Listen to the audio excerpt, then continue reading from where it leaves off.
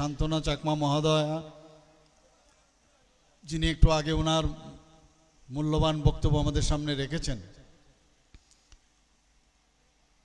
মঞ্চে আমাদের মাঝে উপস্থিত আছেন আমাদের প্রাক্তন ত্রিপুরা সরকারের মন্ত্রী এবং বাগমা বিধানসভার জনপ্রিয় বিধায়ক শ্রী রামপদ জমাতিয়া মহোদয়।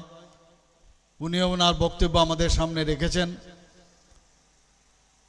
এই গোমতী ডিস্ট্রিক্টের যিনি সম্মানীয় ডিস্ট্রিক্ট প্রেসিডেন্ট শ্রীমতী সবিতা নাগ মহোদয়া, উনিও উপস্থিত আছেন। পাশাপাশি উনি ওনার সুন্দরভাবে এখানে আমাদের বক্তব্য উনি রেখেছেন এবং আমরা শুনলাম।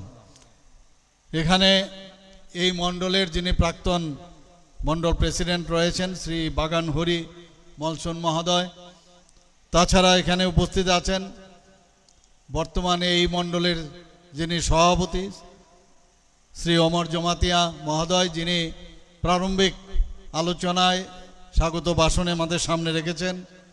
এবং এখানে অন্যান্য যারা জনজাতি আমাদের নেতৃবৃন্দরা রয়েছেন এবং এই এলাকার যারা এলাকাবাসীগণ এবং যারা আজকে এখানে 53 ফ্যামিলির 53 ফ্যামিলির যারা 192 জন ভোটার এখানে আজকে যোগদান করতে এসেছেন, আমার মিডিয়া বন্ধুরা সবাইকে আমি হার্দিক অভিনন্দন ও শুভেচ্ছা জানাচ্ছি। আমার পূর্ববর্তী বক্তা এখানে বলেছেন যে বাগমা কেন্দ্রে আমি কয়েকবার এখানে এসেছি, জানি না আমি কেন এখানে বারবার আসার জন্য এইভাবে হোক আর ওইভাবে হোক কোনো না কোনোভাবে আমি যদি কোনো কেন্দ্রে বেশি এসে থাকি তাহলে এই বাগমা কেন্দ্রে আমি সবচেয়ে বেশি এসেছি। আর কোথাও আসা মানে এটা মানে উপরওয়ালাই কিন্তু ঠিক করে রাখেন। আমি গত পরশুদিন এসেছি দিল্লির থেকে, আসার পরে কালকে কুমলুঙে গিয়েছি। সেখানে আপনারা নিশ্চয়ই দেখেছেন যে এত বড় রেলি। কুমলুং হচ্ছে সাজানো বাগান, বাংলাতে বলে এটাকে সাজানো বাগান।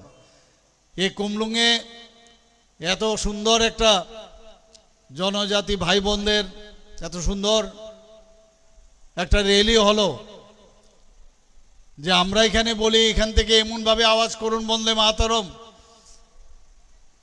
ভারত মাতা কি বলুন, যেটা কুমলুঙে পৌঁছবে। কালকে আমরা সেই কুমলুঙে এই এডিসির সদর কেন্দ্রে আমরা এত বড় একটা যে র্যালি করলাম, কম্পন কিন্তু অলরেডি শুরু হয়ে গেছে সব জায়গায়।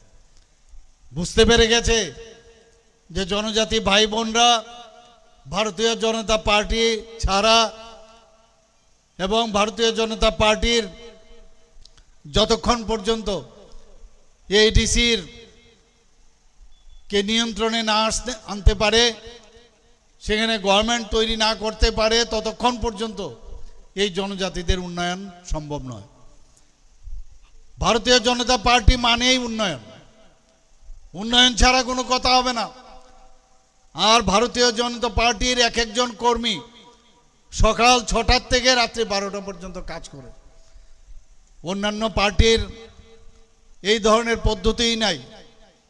ওনারা নিজেদের জন্য চিন্তা ভাবনা করেন, নিজের উন্নয়নের কথা চিন্তা করেন, প্রথমে নিজে তারপর বাদ বাকি। আর আমাদের ভারতীয় জনতা পার্টির কথা হচ্ছে প্রথমে রাজ্য, প্রথমে দেশ, তারপরে পার্টি, তারপরে আপনার চিন্তা করতে হবে। উল্টো এতদিন ধরে আপনারা দেখেছেন যারা এডিসিকে পরিচালিত করেছে, কিভাবে পরিচালনা করেছে, মনে হচ্ছে যেন এডিসি একটা